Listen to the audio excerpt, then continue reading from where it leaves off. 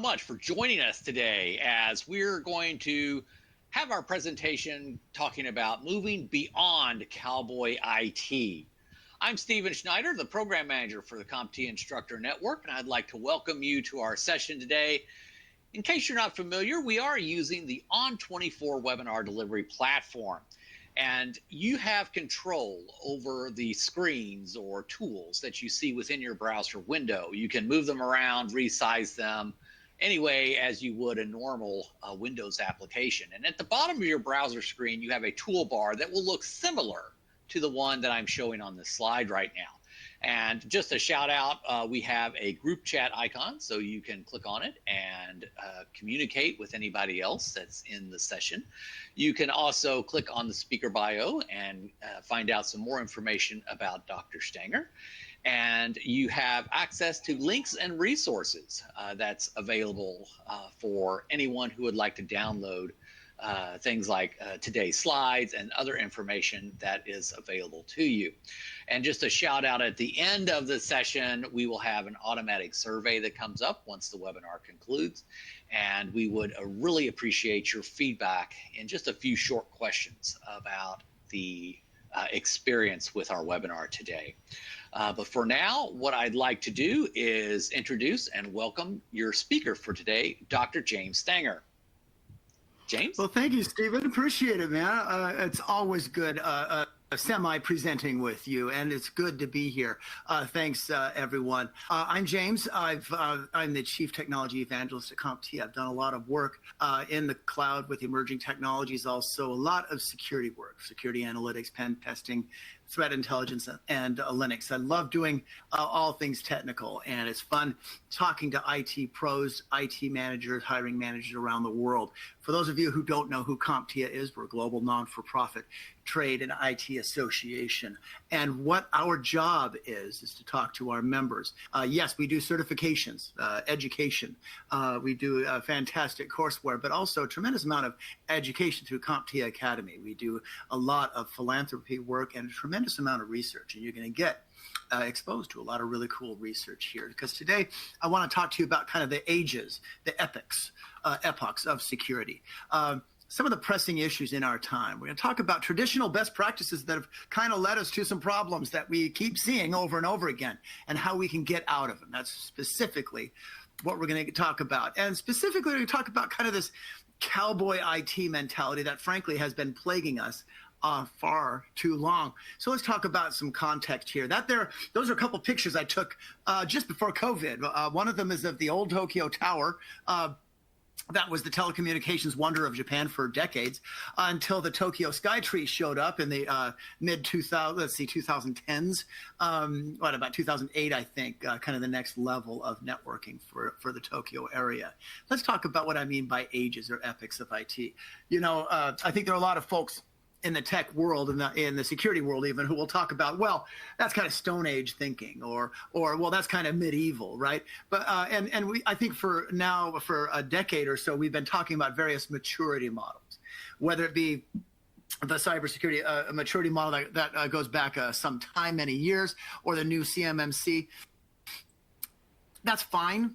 We could talk about that if you want. I know some of the implementation of CMMC has been a little interesting, but I do want to talk about this idea of maturity outside of any specific one standard, okay, about maturity, because I think, and the research that we've conducted seems to kind of bear out, or organizations for too long have been doing approaches or not doing best practices approaches that have left us to serious problems. So I've got some pictures here. I took a picture not too long ago, a few years ago, of Stonehenge. That second picture is of an old abbey. I think it's called Reeves Abbey, or I always call it Rival Abbey, in the north of England. And that third option, Cowboy IT, that's not a cowboy there standing in front of old voiceover equipment from the 1950s or earlier even. That's my dad, but he loved Westerns. I like Westerns too. So I couldn't help but put my dad's picture up there talking about Cowboy IT. Let's talk about what I mean by Cowboy IT and the pressing issues of our time in regards to the cloud, okay? So there are about four major issues that we keep seeing over and over again. Advanced persistent threats. We keep seeing ransomware. We keep seeing supply chain issues. And supply chain is everything is the thing that people want to talk about for the last 6 months, ever since SolarWinds. Trust me, it's been a major issue long before then. In many ways, the 2013 Target attack was a form of supply chain attack. People came in and said, hey, we'll fix your HVAC, and then they deposited bad software on point of sale systems. We've seen major supply chain issues for decades, for a lot longer than this. And then distributed denial of service attacks. You can even look at our DDoS attack hand guide to learn more about what the difference is between a traditional DOS and a lot of the newfangled DDoS attacks. But there are the four major issues.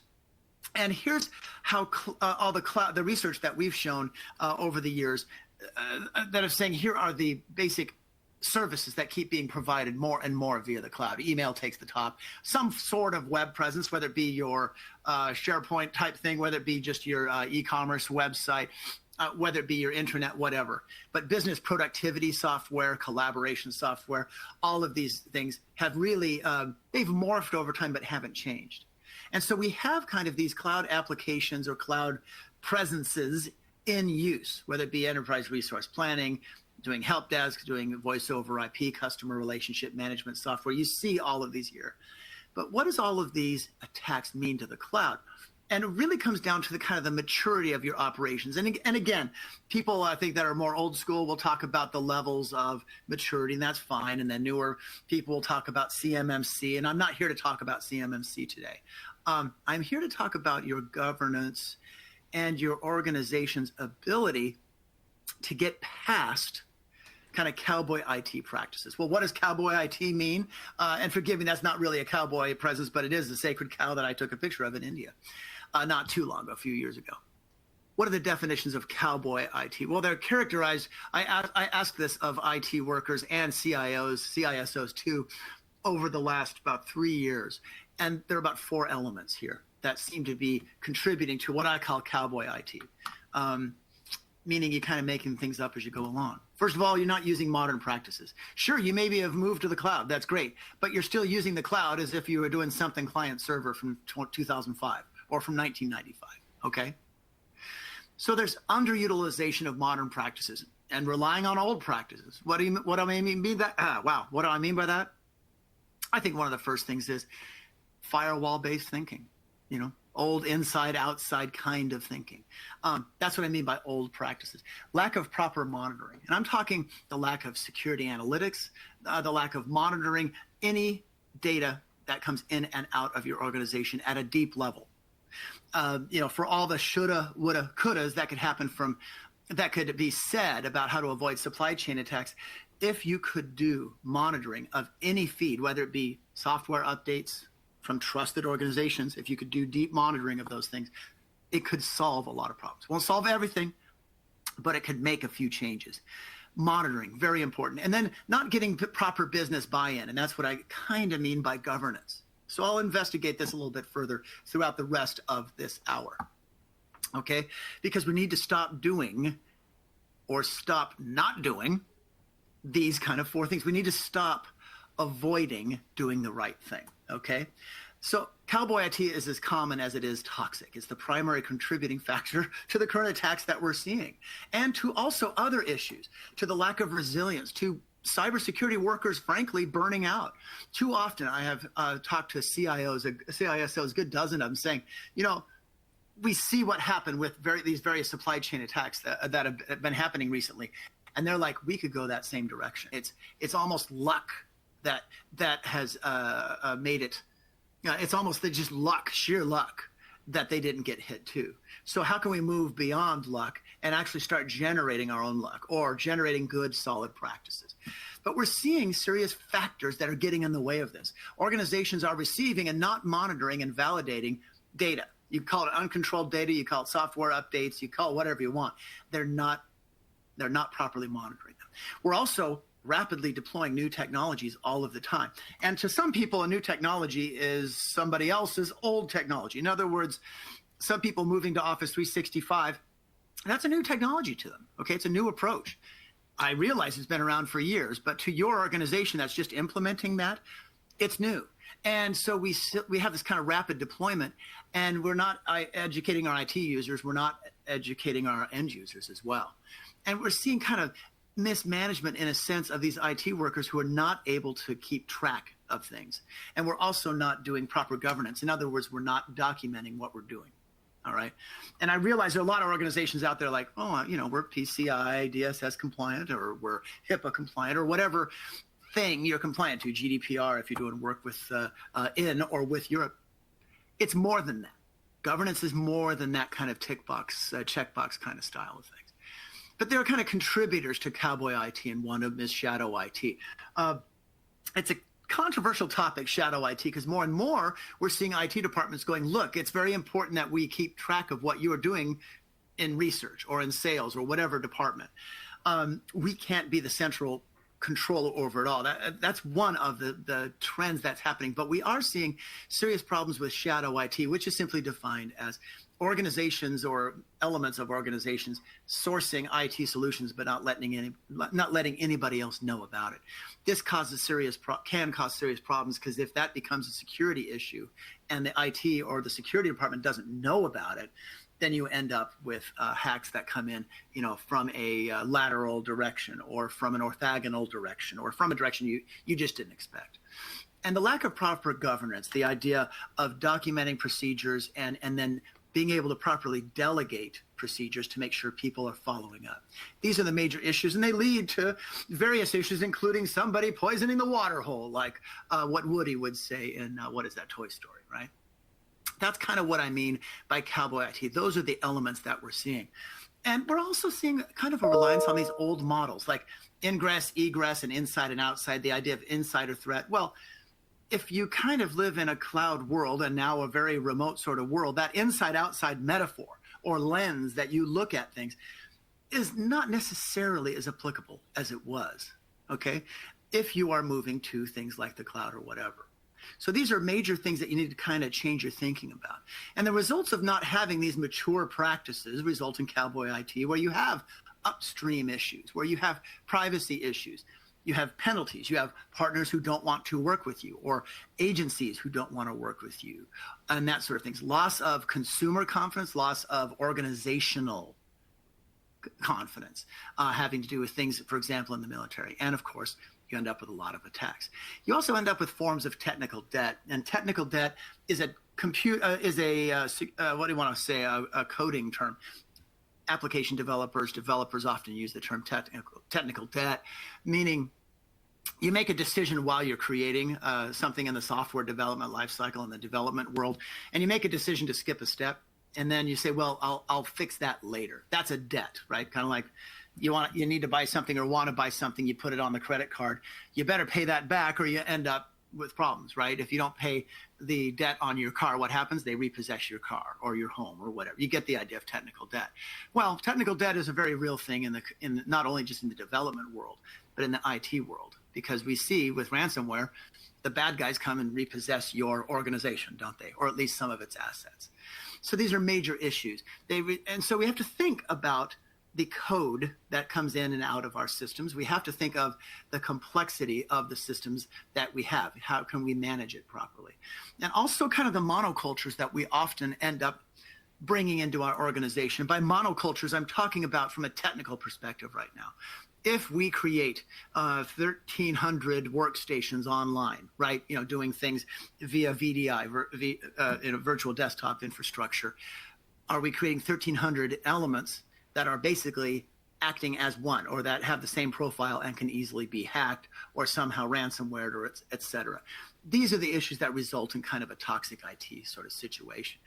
And the result of many of these things is that we kind of had no visibility into the applications that are running, into the application programming interfaces, the APIs, into the processes, both technical and business. If we don't have that kind of visibility, then we have problems. I'm not saying that moving to the cloud limits visibility. It's not what I'm saying.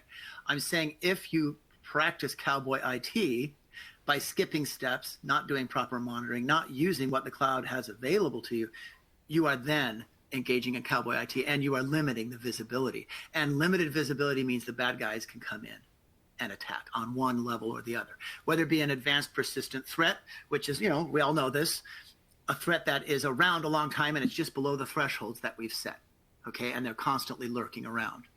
Or it could be ransomware, which is obvious, a very obvious thing. So this whole idea of lack of visibility is very important, because if we're not monitoring updates, third-party communications, and our data that is being generated, or even our information gathering processes, then we are setting ourselves up for some pretty serious problems. I've talked to a lot of folks, and sometimes they sound a little helpless about things like, well, James, it's so difficult. I'm not sure we can really climb over the top of this to get out of this cowboy IT idea of yours, James. I'm like, no. It is not something impossible. It is not beyond an organization's ability. Some people say, well, large organizations might be able to do it, James, because they have the money. Small organizations can't. But by the same token, I've heard other people say, well, we're a small organization, though we can't change because we don't have the money. The large organizations have the money. It's funny to see all sides of people looking for excuses. Folks, it's not beyond our ability level as organizations, whether it be in the military, whether it be as a contractor or whatever. It just isn't. So here are some of the things. And let me provide a bit of context before I talk about some of the specific, 7 practices when it comes to the cloud and security. So a bit of context. Let's talk about what we do right now as IT workers. First, we are information custodians and curators. In other words, we possess the data, don't we? Right? As IT workers. It may be an encrypted form that we can't see it, but we still possess it in terms of processing the data, data in storage, data at rest, data in transit, backups, all of that. So we need to realize as IT workers, we're not just the people that provide the hardware or the software or the cloud platform. We're the people who actually need to be at the ground level and our heads up in the clouds, in a sense, at a level where we actually are very invested and working in a very serious and detailed level with all organizational elements, all leaders of your organization. Second, we're guardians of identity. I was just talking to folks over at West Point, for example, and they were talking about how they were working on single sign-on and doing zero trust implementations. Also, how they were working with many organizations to make sure that one ID is not only secure, but also can be securely transmitted and worked with various organizations. So that's just a West Point example. I've had similar discussions with folks working in the Pentagon. But more and more people are realizing that at a security side, they're guardians of identity. Okay, that's there is the boxing glove rock. Do you see how it kind of looks like a fist there, that one thing there? I took that picture when I was in the UK. I hiked to it. It was fun. But we are protectors of identity, okay, of people's identities. I think that's an important context. Well, what are some of the essential skills then of this postmodern kind of cloud-aware kind of approach? Well, the first one is monitoring, the importance of it. That's a lighthouse that I often will hike to around the Thanksgiving time frame on the Oregon coast. I put that on there because I want the idea of monitoring in the cloud. You get the idea? All right. Well, let's talk about what this means, because monitoring is not just, okay, I put a bunch of agents on our endpoints, James, or I put a bunch of agents on our servers or in the cloud, and we're getting data feeds. It's more than that, because we need workers who can create actionable information. So if you look at this little chart here of kind of almost a Venn diagram, I've got actionable information listed here. So in the cloud, your job is to find ways to get actionable information. And that first involves gathering data. For example, cybersecurity threat intelligence at CompTIA, we have an ISAO set up. And for example, that helps share information. But also security analytics, the logs that come in from your endpoints, the logs that come in from your servers, from your cloud, et cetera, presence. But also from pen testing, right, from VAPT activities. We need organizations that can begin to centralize and look at data and start to, I shouldn't use the word normalize, but somehow process this data to identify trends and to come up with actionable information. If you have organizations that can start gathering information and looking for trends, you are starting to get out of that cowboy IT era, and you're going to start using your modern implementations in far more intelligent ways than you ever thought before. Now, we all know what a security operations center is on some level.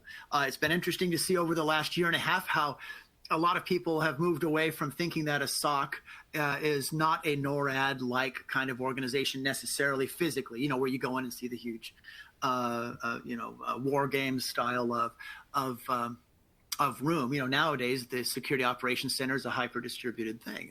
People work out of their basement or out of their home office for the SOC, right? But nevertheless, this idea of working in a security operations center that helps organizations understand how to use IT properly now. So even if you have a decentralized,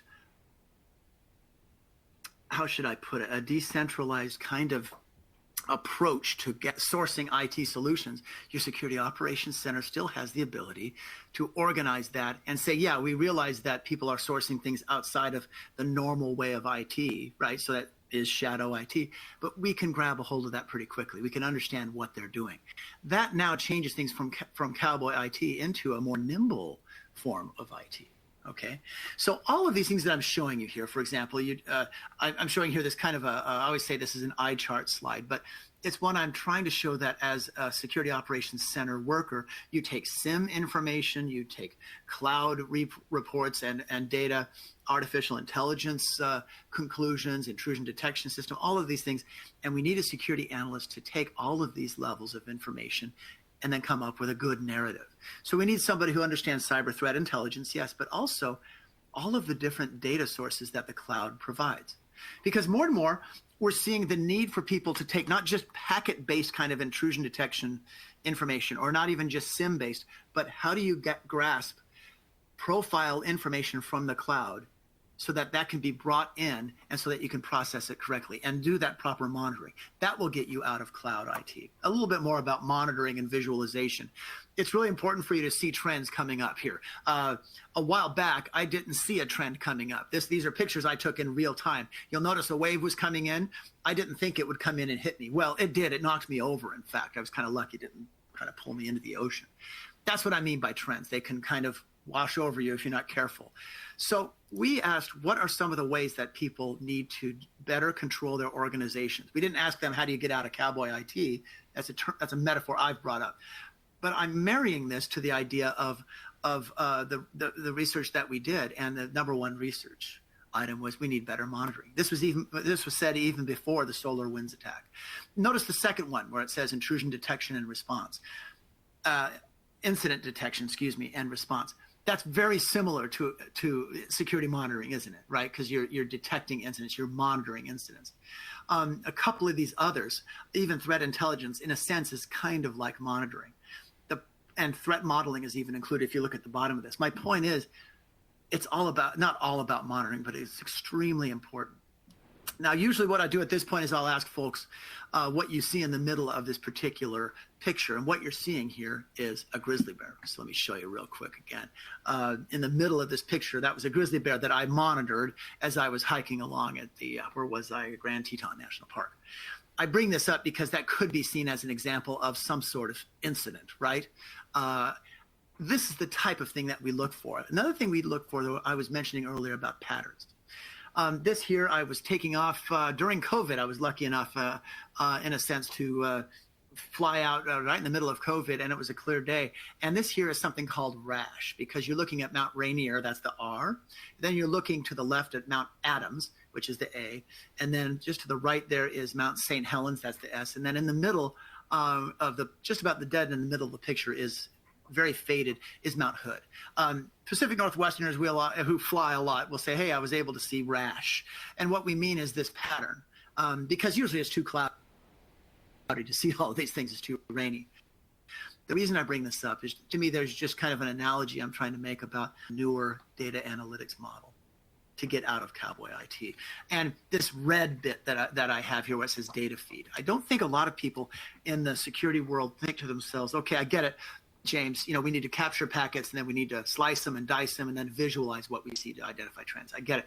But I don't think a lot of people realize when it comes to the cloud, it's less a packet capture model than it is using the right data sources, the right log sources, the right information out of whatever cloud presence you have.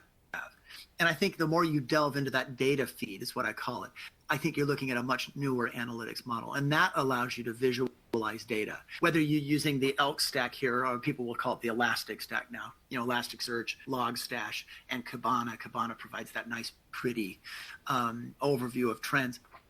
It's the ability to capture that traffic on some level, whether it be network traffic or, again, logs and other information, to slice and dice things, to visualize and to tell the story. Then you use cybersecurity threat intelligence, CTI, to kind of spice that up, or to allow you to pivot and understand exactly the vulnerability of your organization. To me, that is the beginnings of taking you out of that cowboy IT kind of approach to things. So yes, we know when people say hackers pivot, right? And there are various models that we use. And I think this is really important. I couldn't help but see it with the new Security Plus and with the new Cloud Plus training and certification, the importance of understanding exactly how hackers pivot in the cloud, how attackers do that. What you're looking at here is the traditional Lockheed Martin kill chain, cyber kill chain. Fantastic model. It's not an old one or a new one. It's very useful in various elements because it helps you identify various kinds of pivots. How hackers kind of go from one step to the other, reconnaissance, weaponization. Now you can kind of start drilling down into the tactics, techniques, and procedures. And this is where you could use the MITRE model, where you can kind of take a similar approach about, reconnaissance. They call it initial recon, and then initial compromise, how they establish a foothold.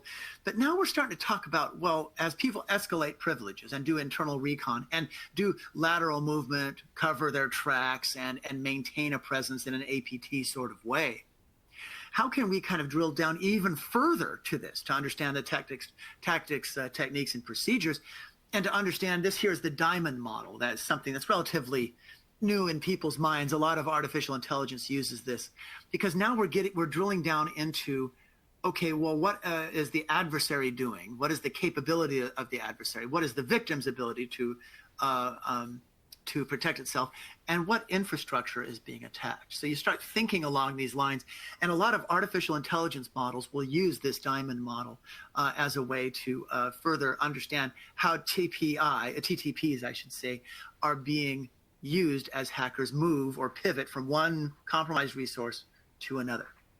So I think the more we drill down into these things, and the more that we programmatically do whatever you could call it, threat hunting, or programmatically identify these kind of TTPs in trusted and in untrusted resources, I think that helps get us out of kind of a out of a cowboy mentality and more into a modern cloud, as it were, mentality. So again, you've got all these tactics, techniques, and procedures. This particular slide is designed to show you, give you examples, tactics meaning tools, Metasploit and various shells, techniques, how that particular tool, Metasploit, this kind of an obvious example, an old school example, but it's a good one, how it's actually used in reconnaissance or in lateral movement. And then actual procedures is, well, how does a hacker pivot in your particular instance of the cloud if you're doing Office 365, or if you've just done some zero trust work, how would a hacker try to pivot in that environment? And trust me, they can pivot in those environments. Moving to zero trust is not a nirvana, right? It's not going to solve all your problems. It will help, yes, in a big way, but it won't solve all of them. So let's talk a bit more about analytics and what that means in the cloud, so that you can kind of clarify things. This is a pathway I took. I was on top of getting near the top of Mount Snowdon, and I couldn't help take this picture because it's kind of a pathway up into the clouds. So let's see what we can do. First of all, I think we've all heard about red team, blue team. I think you get it. I think we all get it. But don't forget that is an important dynamic in all of this. How can you upskill your red and blue teams to be more aware of the cloud rather than thinking in terms of client server? That is one of the major issues today. When it comes to pen testing, similarly, what does pen testing in the cloud mean? I think we all know the fairly cliche examples of, well, there are certain cloud providers, they have rules about what pen testing means in there. Well, how can you follow those rules but still think in terms of breaking them? And I know that sounds contradictory, but hackers don't follow rules particularly. You don't necessarily have to either, right, when you do threat modeling. Not in the real cloud, because that'll get you in trouble from your cloud provider. But you can model those things in a very effective way. And that's what's happening in the VAPT world, in the security auditing world. very next level kind of pen testing threat modeling. We're also seeing the idea of security analytics becoming kind of part of data science in general. And by data science, yes, I am talking about, like, I remember, golly, over 20 years ago, talking to people about, well, everybody's gone on the World Wide Web. Now they're analyzing what people are doing. And of course, that's been happening now for decades. It's all part of business intelligence. It's all related to business intelligence. Well, security analytics is very much along in those lines. Once again, how do you turn all that random data into a plausible and useful narrative into actionable information? So that, to me, is how you can start fitting in cybersecurity threat intelligence, how you can start talking about analyzing and visualization in a cloud environment, and not be seen as talking science fiction or, well, we can't afford to do that, James. It's like, it's not necessarily a money thing. It's more of a logistical change that you have to take. So this is where cybersecurity threat intelligence comes in. At CompTIA, we have an ISAO, and it's been interesting for me to see organizations take that information and say, look, this is how we think our organization is going to get attacked. And we didn't think about that before. We didn't realize that we could actually see the enemy coming our way. And that's interesting. You have to be careful it doesn't lull you into a false sense of security. I get it. But it's interesting at how it allows them to save money, or at least to save effort, because now they can say, look, I'm not going to do all these things that are so broad that you end up boiling the ocean, that you can actually kind of anticipate attack and place your security controls better.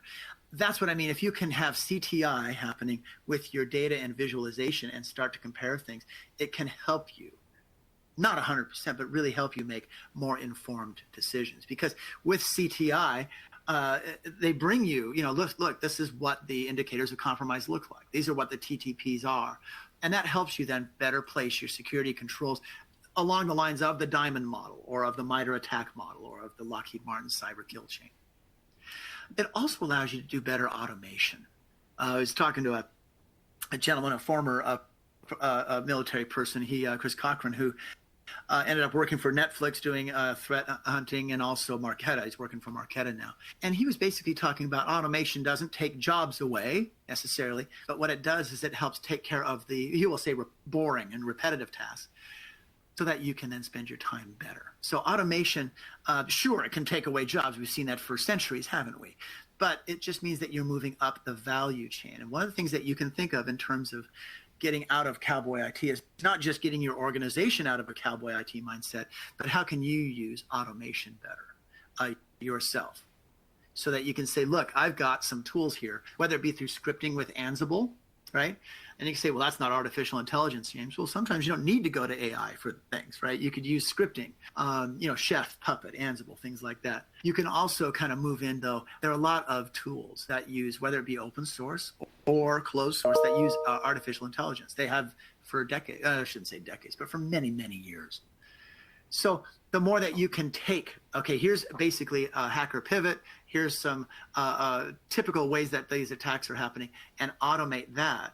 That actually doesn't lull you into a sense of false security. What it actually does is it allows you and your organization to say, this is where we think it's going, and now I'm going to look for differences. I'm going to look for deltas, the delta vector, as it were, or the delta variant, as it were, of how the hackers are working. This is where automation is being used today, not to just automate ourselves. Oh, yeah, we automated ourselves out of the horse and buggy days of Cowboy IT into the car. It's not that. It's actually saying we're basically automating certain elements so that dwindles down into background noise, and now we can look at the changes. It's a different kind of approach. Also, secure code creation. I think we don't spend a lot of time as IT workers thinking about how we can help an organization code better. Traditional software development lifecycle moves from a requirements document to a design. Here's what we're going to do. We develop, we test it, and then we deploy. Well, then you got the idea of, the secure software development model, where instead of starting with design or whatever, we're going to take that design and assess the risk. We're going to model the specific threats. We're going to do a static analysis, which is, I don't want to oversimplify that, but it means you're kind of reading the code.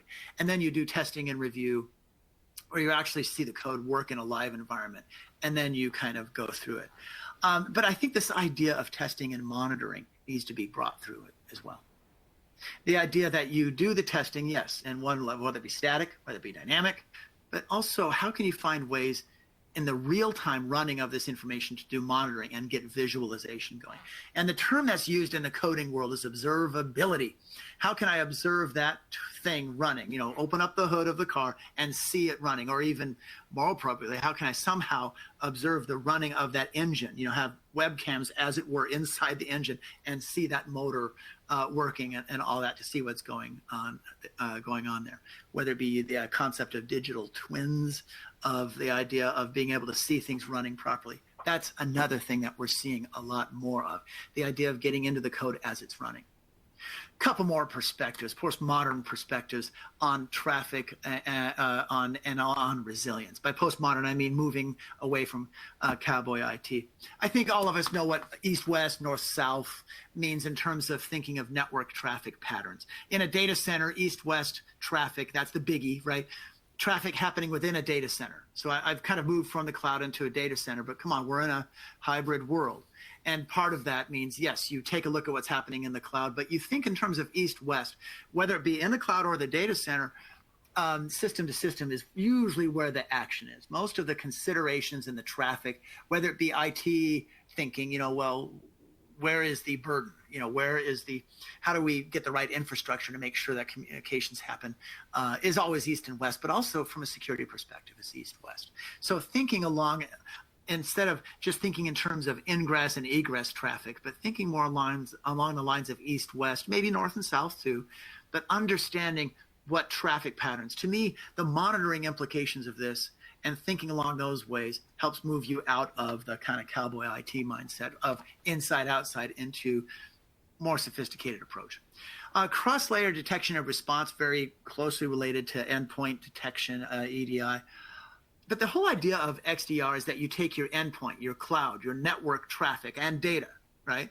And then you put it into some data lake, right? A collection of information. And then you start doing investigation on it. You take, as it were, the lenses, right? And you could use, whether it be the Elastic Stack or whatever tool you have, to look into that data lake and then look for problems, to look for trends. And that allows you to do better response. And I'm not really talking about response to an attack, like we just got hit by ransomware, or we found an advanced persistent threat. I'm talking about response to modern conditions. To me, there's two ideas of incident response. Yes, we got hacked. You get who gets the 3 a.m. call. There's that. I get it. I think the response that we're really talking about here today, folks, is the fact that technology has changed. And so as an organization, we have to respond differently to that. And I think if we can find ways to create that data lake and do proper analytics of things, that can help us all take a step back and say, well, what's the data telling us? This way, it's not, well, somebody's personality is driving the conversation, or somebody's organizational weight, or political issues. You get into a more data-driven approach to things. To me, that is the kind of response that I'm talking about. And we can talk about fancy things like XDR, which is related to endpoint detection and user behavior analytics. And that's fine, because it's really cool. It basically allows you to understand and how should I say this, build a context, build an understanding of what it means when somebody's endpoint, an IoT device or their workstation, accesses email or accesses a cloud resource. XDR kind of says, well, there's so many disparate things that happen for that one request that James made of his email, email presence, but it can actually reassemble those in an accurate way to say, well, that's not really anomalous behavior that James is doing. Or James went up to do to check his email, and while he was doing that, there's some strange process that came in that seems to be ghosting or seems to have replaced something, and that actually is some form of an insertion attack or a man-in-the-middle attack that happened. That's the promise of what XDR happens.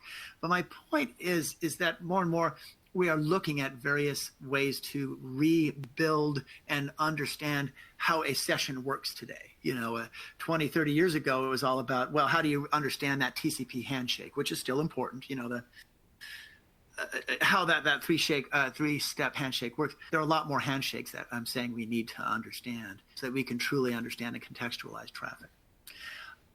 Major skills that we're seeing, obviously zero trust. We've seen mandates now come out. We've been talking about zero trust for a long time. Large organizations like Google moved to zero trust or forms of it for years now. But what does that really mean? Okay.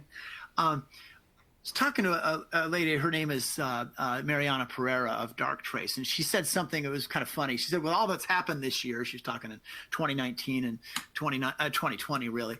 I think we finally killed off the idea of the perimeter. Okay, I'm not sure that's quite fair. There are still perimeters, I suppose, but the idea of zero trust has been implemented for a long time. Okay, the idea that there is no safe place. I took that picture. What was that? Was that in Hyde Park in the UK? And I just couldn't help but think, there's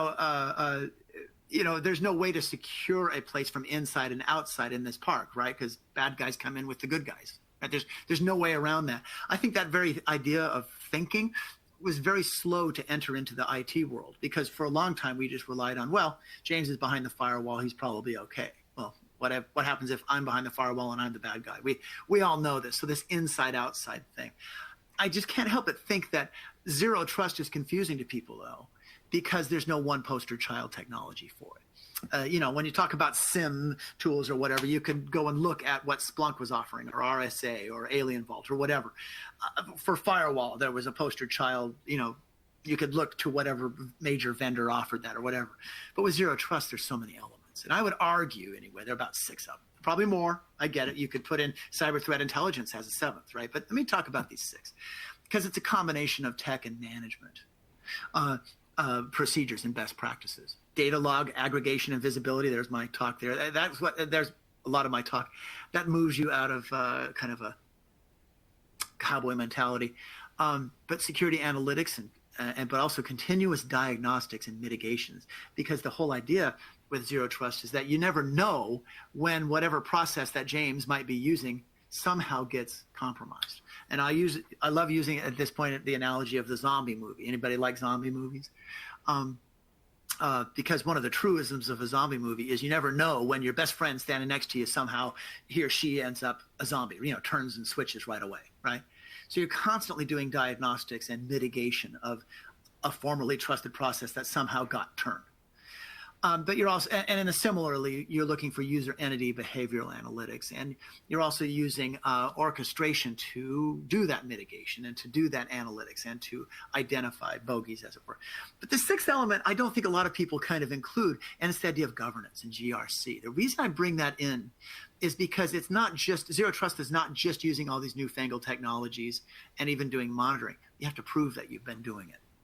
And that's not just to prove to an agency or to a company or whatever that you're fulfilling your promise. It's more in depth than that. It allows you to go back and help to fine tune all of those other 5 elements. And if you want to include CTI or whatever element, you could say, well, the other 6 elements or whatever. When it comes to zero trust, because you need all of those elements basically, as you have an evaluation engine to evaluate the conditions, right? And then to implement the proper controls, you need basically some elements that can say, okay, here's where, as James comes in, where am I going to send him? I'm going to send him into an application zone, or to an application zone for medical records, or into research or whatever. You need basically that segmentation platform to do that kind of continual diagnostics and mitigation, not just at one point. Well, yeah, James was fine. His system is fine. Let him in. Because we all know that things happen after James's system or process, application, whatever, gets in. So let me talk a bit more about GRC and what I mean by that. When it comes to the best practices side of things, I think that there's kind of 3 hats you could talk about. One, as of 2010, I think you had a lot of organizations kind of treating their IT department as one team. And I have to say there are several organizations I know that actually always treat their IT department as one team, even the security team. They don't segment them out. I'm not saying that's good or bad. I think it depends on the communication ability of the IT leadership and the IT teams back and forth. But bear with me on this, what I'm trying to say here about how we're seeing kind of 3 major hats or 3 different approaches. So in 2010, you had a lot of organizations, large and small, that were like, well, you got one team, the IT department, and they make things happen, they make things work, that's the infrastructure side, and they secure things at the same time.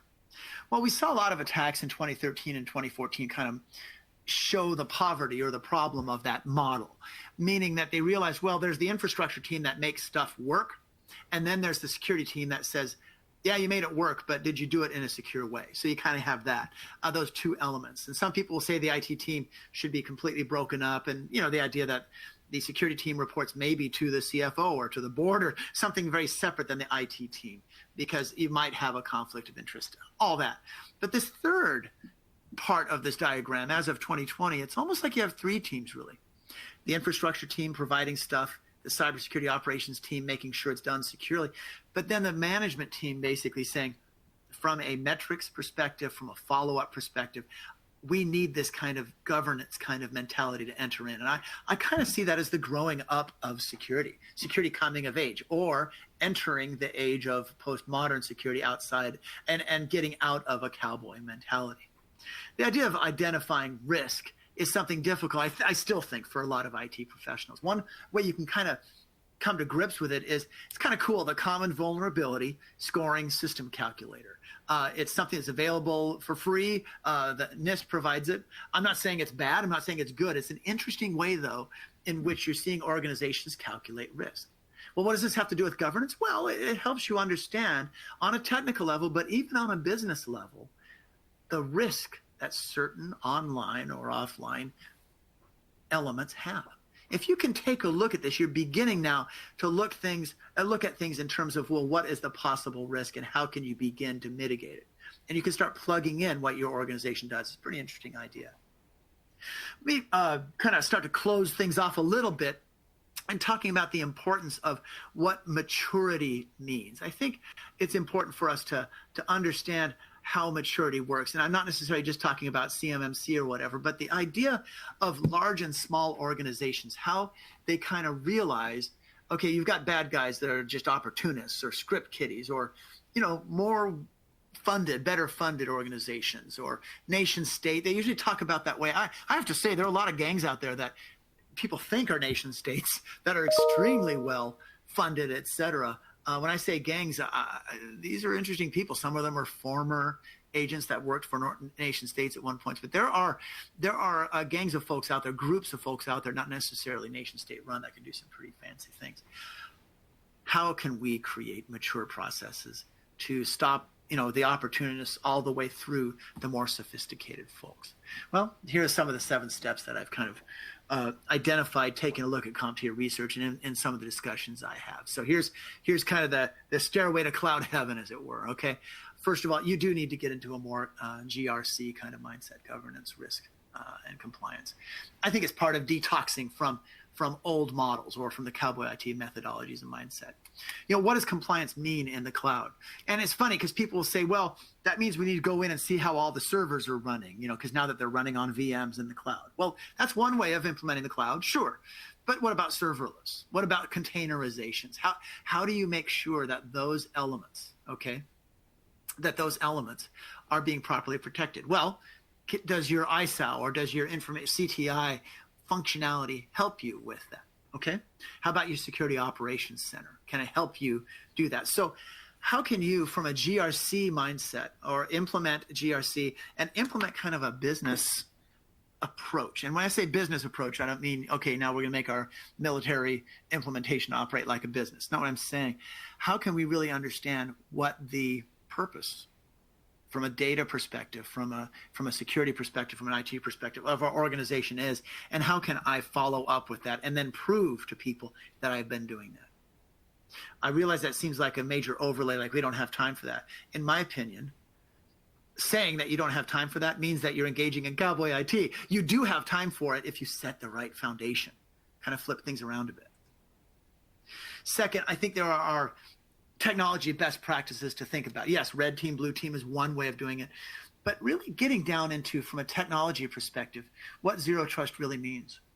And then you can start explaining that, not in technical terms, but in the terms of your organization and how it uses data. I think, to me, that's really important. The other thing, we have so many authentication and access control issues to work on. 2FA is still a relatively new thing, so we need to think along those lines, okay? Single sign-on, how that works. We need to think in terms of what root level access means or admin level access means, both in terms of your Windows and Linux systems, but root level cloud access and how all that works. In other words, if you go in and you're still using passwords to get into your root level cloud, for example. How do you implement 2FA in the quickest and best possible way? But also backup and business continuity and using your teams the best way.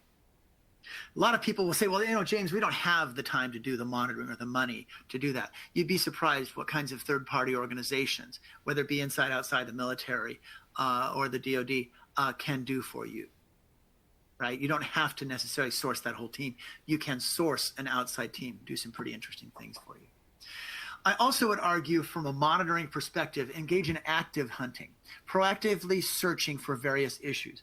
Now, I've got here in this blue little graphic here an example of a discussion I had where they were using something called Jupyter Notebook. You can Google that.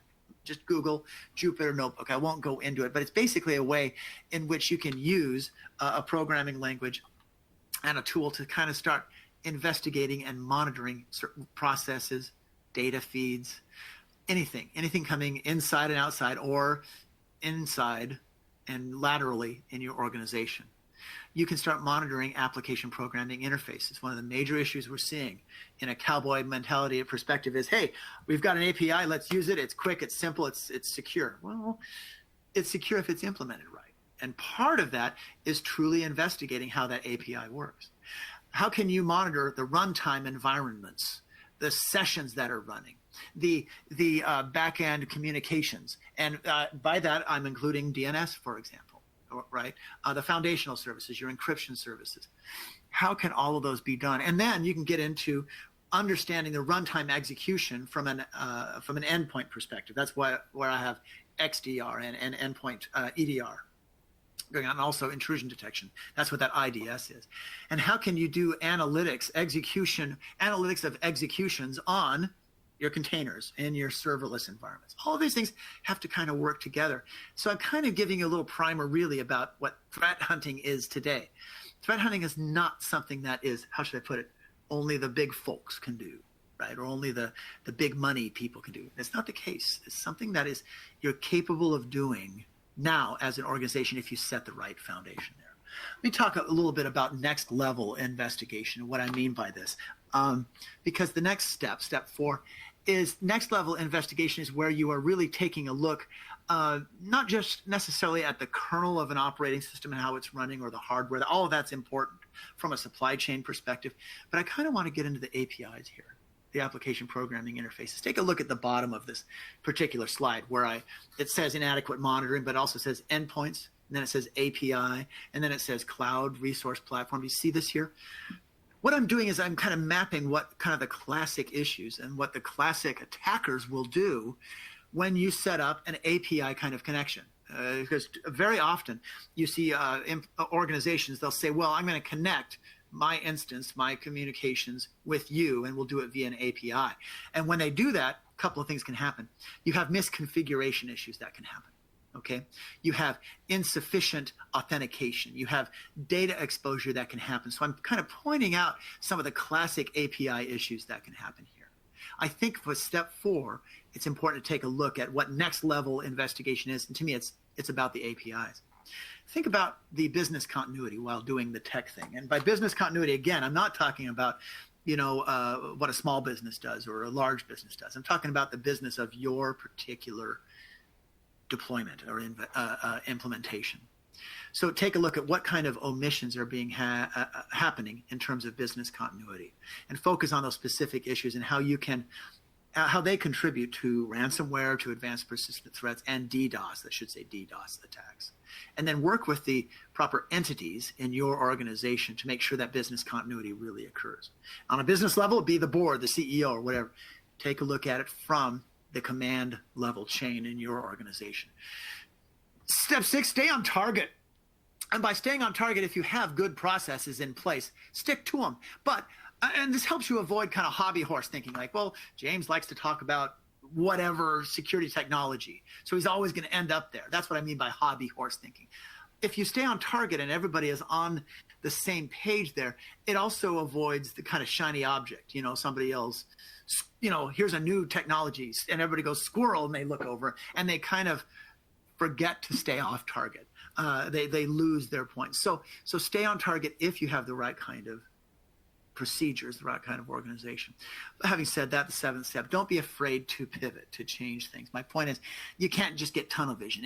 If you are a search organization, then you're always going to go and you're always going to say that is the one solution. It's not necessarily the case.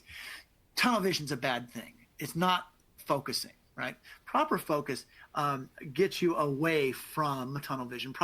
Believe it or not, proper focus tends to get you away from that. Well, the last time we did this, we solved the problem that way. That's another issue. It basically allows you to put on the right lens. And it has to do with this one provider I was talking to said that too often there were organizations that will come in and they are thinking very much in terms of client server, very much thinking in terms of data center when they need to start thinking about the cloud. And again, another organization I was talking to, they always were talking about, well, we have to stop the insider threats. Like, yes, in organizations that haven't moved or are not even beginning to move to zero trust, yes, you do need to think about insider threats. I get it. But the more we are moving to zero trust, the more you have to start thinking about what that threat looks like, not as an insider, not as an outsider, but from a process-based and from a serverless-based and from a cloud-based kind of perspective. To go into a little bit more of this, I think this is a time for you to take a look at some of the cool CompTIA research that we have. For example, there's the IT Industry Outlook 2020. You can even go back to the 2021. It's out right now.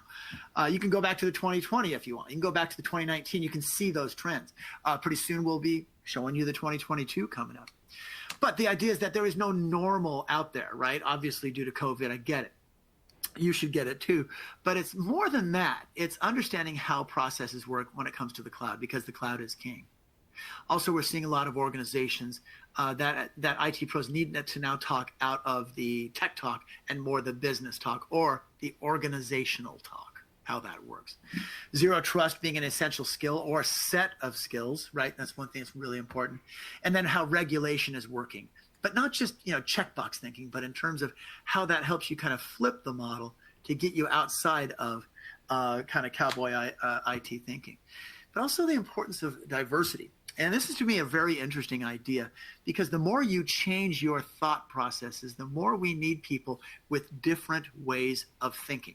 Whether you call that the cognitive diversity, racial, class, gender diversity, the whole idea is the idea that we need people who know how computing operates today. And the idea that people need to come in and bring in their life experiences, and those things need to be honored and brought in and thought it will help us all understand how security works better. So take a look at that. There's the URL. Another thing, there's also the State of Security. It's a 2020 report, but still very, very current, and you'll see the 2021 report coming out. The idea of understanding what cybersecurity as a chain means. You'll understand what I was talking about in terms of monitoring, in terms of getting out of cowboy IT thinking when you read about that. The importance of monitoring and analytics, and how security has kind of come of age a little bit. It's grown up a bit along with IT, hopefully. GRC and privacy and those issues, and what an incident response really means. So you have to check that out. So to summarize, folks, there's the idea of we need workers that can handle what it means to get out of the cowboy IT thinking, to work with complex projects and then kind of simplify that, not oversimplify, but simplify it, to implement security monitoring, to understand what cloud security really means, to understand that as a hybrid approach, you need to map tech to business and do analytics, but also from the cloud, you can't apply old style thinking to it. We need people to understand governance, risk management, and compliance, GRC. Understand zero trust and what that really means, how to get out of technical debt or pay it back, as it were, as quickly as possible. I'm looking forward to connecting with you. If you want to connect with me and talk a bit more, feel free to get a hold of me via LinkedIn. You can also get a hold of me, jstanger@CompTIA.org. That's my email, jstanger@CompTIA.org. You can also check out this little article I wrote about how old guard cowboy IT thinking works. But again, feel free to get a hold of me any way that you want. You can contact me on Twitter, etc. Thank you very much for your time, and I'll turn the time back over to Mr. Schneider. Stephen? All right, James, thank you very much. That was a great informative session. A lot of information out there, and a lot of useful information. I think I will have to say I really like the idea of, when you're monitoring and you classify a grizzly bear as potential incident, right? Excellent. So, James, thank you very much for your time and the information. And folks, this will wrap it up for our session today. And if you will, please, as I mentioned before, just give us your feedback on the very short survey that's coming up as the webcast ends. So again, everybody, thank you again for your time and joining us, and we will see you down the road. Take care, everyone.